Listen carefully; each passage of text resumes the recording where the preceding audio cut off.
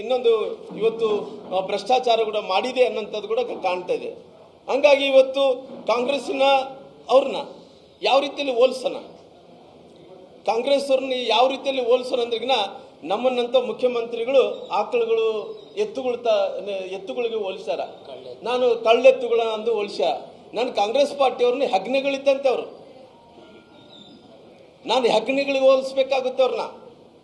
ಯಾಕಂದ್ರೆ ಈ ರಾಜ್ಯದಲ್ಲಿದ್ದಂಥ ಆಸ್ತಿ ಪಾಸ್ತಿಗಳನ್ನು ಯಾವ ರೀತಿಯಲ್ಲಿ ಹೆಗ್ನೆಗಳು ಯಾವ ರೀತಿಯಲ್ಲಿ ಕೆರೀತಾವೋ ಆ ರೀತಿಯಲ್ಲಿ ಕೆರೆದು ಹಾಳು ಮಾಡುವಂಥ ಕೆಲಸ ಈ ಕಾಂಗ್ರೆಸ್ ನಾಯಕರೆಲ್ಲರೂ ಕೂಡ ಮಾಡಿದರೆ.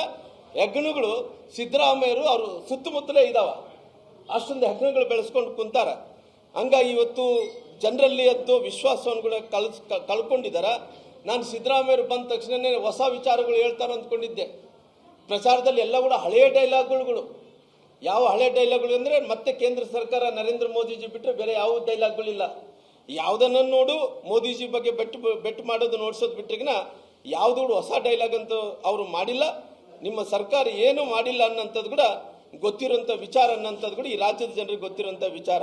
ಇನ್ನೊಂದು ಇವತ್ತು ಭ್ರಷ್ಟಾಚಾರ ಕೂಡ ಮಾಡಿದೆ ಅನ್ನೋಂಥದ್ದು ಕೂಡ ಕಾಣ್ತಾ ಇದೆ. ಹಂಗಾಗಿ ಇವತ್ತು ಕಾಂಗ್ರೆಸ್ಸಿನ ಅವ್ರನ್ನ ಯಾವ ರೀತಿಯಲ್ಲಿ ಹೋಲಿಸೋಣ, ಕಾಂಗ್ರೆಸ್ ಅವ್ರನ್ನ ಯಾವ ರೀತಿಯಲ್ಲಿ ಹೋಲಿಸೋಣ ಅಂದ್ರಿಗಿನ ನಮ್ಮನ್ನಂತ ಮುಖ್ಯಮಂತ್ರಿಗಳು ಆಕಳುಗಳು ಎತ್ತುಗಳಿಗೆ ಹೋಲಿಸ್ಯಾರ. ನಾನು ಕಳ್ಳೆತ್ತುಗಳ ಅಂದು ಹೋಲಿಸ್ಯ. ನಾನು ಕಾಂಗ್ರೆಸ್ ಪಾರ್ಟಿಯವ್ರನ್ನ ಹೆಗ್ನೆಗಳಿದ್ದಂತೆ ಅವರು,